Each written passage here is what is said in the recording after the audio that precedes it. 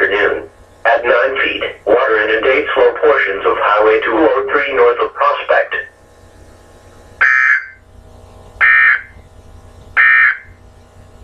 Now looking at the weather patterns affecting